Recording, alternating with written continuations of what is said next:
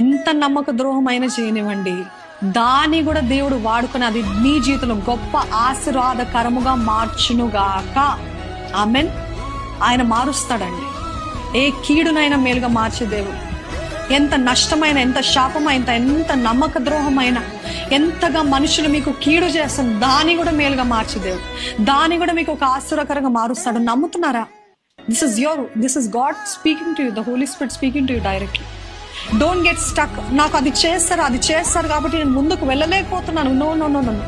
Can you trust God? దేవుని నమ్ముతారా? నేను ఈ బ్రోకెన్ పీసెస్, ఈ విరిగిన పాత్ర, ఈ పగిలిపోయిన నా జీవితము ఆ దేవుని చేతిలో నేను అప్పచెప్తే ఆయన తిరిగి కట్టి సుందరముగా, సౌందర్యముగా మార్చి నన్ను గొప్పగా వాడుకుంటాడు అనే విశ్వాసం ఉందా?